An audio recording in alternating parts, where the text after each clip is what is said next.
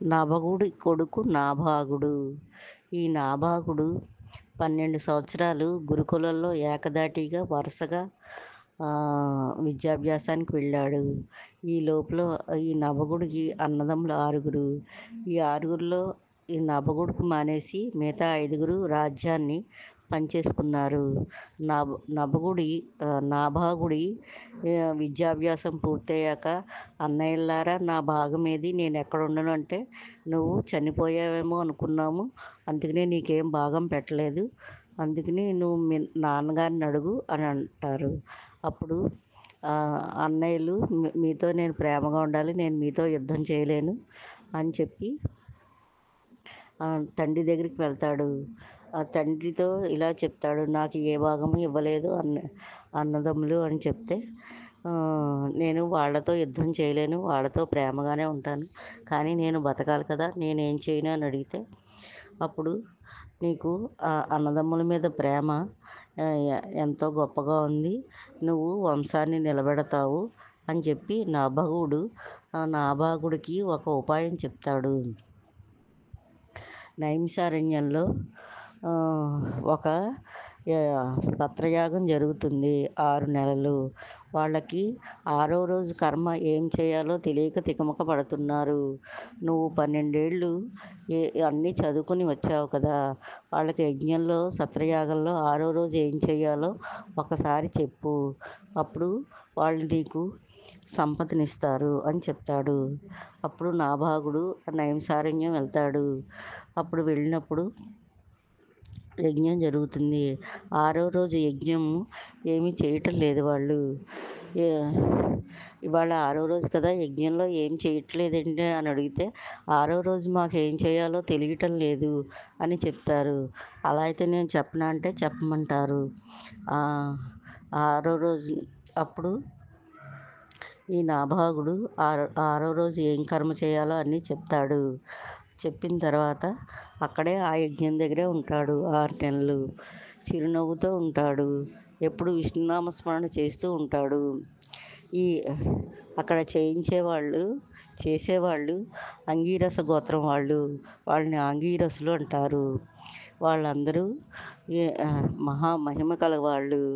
వాళ్ళు యజ్ఞం చేస్తున్నప్పుడు శివుడు వాళ్ళకి ఒక శక్తినిచ్చాడట. అక్కడ కొండరాళ్ళను ముట్టుకుంటే బంగారం అయిపోతుంది. ఆ యజ్ఞం చేయడానికి 5 కొండలు బంగారమయం చేశారు. అప్పుడు యజ్ఞంలో ఈ నాభాగుడు చెప్తాడు, ఆ బంగారాన్ని పెట్టి యజ్ఞం చేసేయండి అని హోమద్రవ్యం కింద వేసేస్తారు. అప్పుడు ఒక వింత జరుగుతుంది. ఈ 5 కొండలు యజ్ఞంలో సమర్పించాక ద్రవ్యంగా శివుడు వాళ్ళకి 12 కొండల బంగారు నాణాలను కురిపిస్తాడు. ఆ యజ్ఞం అయిపోయాక ఆ ఋత్విక్కులు సశరీరంతో అంగీరసం గోత్రం వాళ్ళు స్వర్గానికి వెళ్ళిపోతారు. అప్పుడు ఈ సంపద అంతా నాభాగుడా నువ్వు తీసేసుకో అని చెప్తారు. సరే అని ఆ సంపదనంతా మూటలకెత్తి నాభాగుడు రాజ్యానికి వెళ్తున్నప్పుడు ఒక ఆయన వచ్చాడు. ఇదేంటి ఇదంతా పట్టుకెళ్ళిపోతున్నావు, ఇది నాది అని అంటాడు. లేదండి, మాకు అంగీరస గోత్రం వాళ్ళు ఇచ్చారు, ఇది నీదే పట్టుకెళ్ళమని అని చెప్తే, వాళ్ళెవరు ఇవ్వడానికి, ఇది నాది అని చెప్తాడు. కాదండి అంటే, సరే మీ నాన్న ధర్మాత్ముడు కదా, మీ నాన్న దగ్గరికి వెళ్ళి అడుగుదాము అంటారు. అలా అయితే నేను వెళ్ళి అడిగి వస్తాను అని అంటాడు. మీరు ఇక్కడే ఉండండి, మీ మీద నాకు నమ్మకం ఉంది అని చెప్తాడు. అలా ఎందుకు, ఈ 12 కొండల బంగారం పట్టుకుని వెళ్ళిపోదాం, మీ నాన్నగారిని అడుగుదాం అని చెప్తాడు. అప్పుడు ఇదంతా తండ్రికి చెప్తాడు నాభాగుడు. చెప్తే, నీకు ఇంకా అర్థం కాలేదా, వచ్చినవాడు శివుడు, యజ్ఞం అయిపోయాక యజ్ఞ ద్రవ్యాలు ఎవ్వరివి కావు, యజ్ఞం ముందర దానం చేసినయే బయట వాళ్ళకి, యజ్ఞంలో పూర్ణాహుతి అయిపోయిన తర్వాత అంతా శివుడిదే, అంతా రుద్రుడిదే, ఇది వచ్చినవాడు శివుడు అని చెప్తాడు.